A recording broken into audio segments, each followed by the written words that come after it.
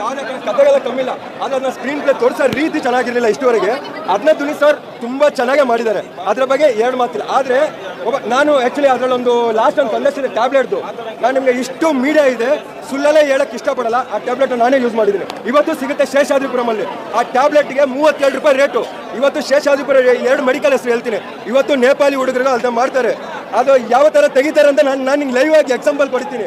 ಆ ಟ್ಯಾಬ್ಲೆಟ್ ಬಗ್ಗೆ ನಾನು ಡೈರೆಕ್ಟಾಗಿ ಇಷ್ಟು ಕ್ಯಾಮ್ರಾ ಮುಂದೆ ನಾನು ಸುಳ್ಳು ಹೇಳೋ ಅವಶ್ಯಕತೆ ಇಲ್ಲ. ಅದೇ ಟ್ಯಾಬ್ಲೆಟ್ ಬಗ್ಗೆ ಯಾವ ಥರ ನೀವು ಇವಾಗ ಅದ್ರಲ್ಲಿ ತೋರಿಸಿದ್ರಲ್ಲ ಸತ್ಯ ಅದು.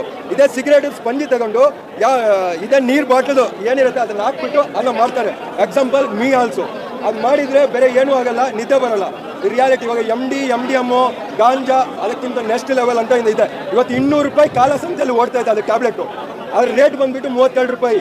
ರಿಸೆಪ್ಷನ್ ಇಲ್ಲದೆ ಯಾವುದೇ ಕಾರಣಕ್ಕೆ ಮೆಡಿಕಲಲ್ಲಿ ಕೊಡಬಾರ್ದು, ಕೊಡ್ತಾ ಇದ್ದಾರೆ. ಒಂದು ಒಳ್ಳೆ ಮೂವಿ ಮಾಡಿದ್ದಾರೆ, ಏನು ಹೇಳ್ತೀರಾ ಮೂವಿ ನೋಡಿದ್ರೆ?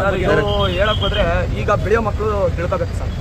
ಯಾಕೆ ತಿಳ್ಕೊಬೇಕು ಅಂತ ಹೇಳ್ತಾ ಇದೀನಿ ಅಂದರೆ, ಈಗ ಆಲ್ಮೋಸ್ಟು ಶ್ರೀಮಂತರ ಮಕ್ಕಳುಗಳೇ ಇದೆಲ್ಲ ಮಾಡ್ತಾ ಇರೋದು. ಬಡವ್ರ ಮಕ್ಕಳುಗಳು ಇಲ್ಲ, ಯಾಕಂದರೆ ಕೂಲಿ ಕೆಲಸ ಆ ಕೆಲಸ ಈ ಕೆಲಸ ಅಂತ ಮಾಡ್ಕೊಂಡು ಬದುಕ್ತವ್ರೆ.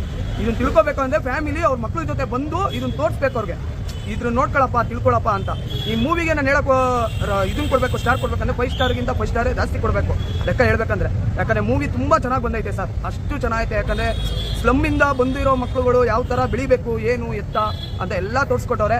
ಇನ್ನೂ ಒಂದ್ಸಲಿ ನೋಡಿದ್ರು ನಮಗೆ ಬೇಜಾರಾಗಲ್ಲ. ಇನ್ನೂ ಏನಂದರೆ ಫ್ಯಾಮಿಲಿಗಳು ಬಂದ್ಬಿಟ್ಟು ಈ ಫಿಲಮ್ ಬಗ್ಗೆನ ಸ್ವಲ್ಪ ಮಕ್ಕಳುಗಳಿಗೆ ತೋರಿಸ್ಬೇಕು. ಯಾಕಂದರೆ ಈಗ ಬೆಳೀತಾರೋ ಮಕ್ಕಳುಗಳು ತುಂಬ ಕೆಟ್ಟೈತವ್ರೆ. ಗಾಂಜಾ ಡ್ರಗ್ಸು ಅದು ಇದು ಅಂತ ಎಲ್ಲ ತೊಗೊಂಡು ತುಂಬ ಹಾಳಾಗ್ತವ್ರೆ.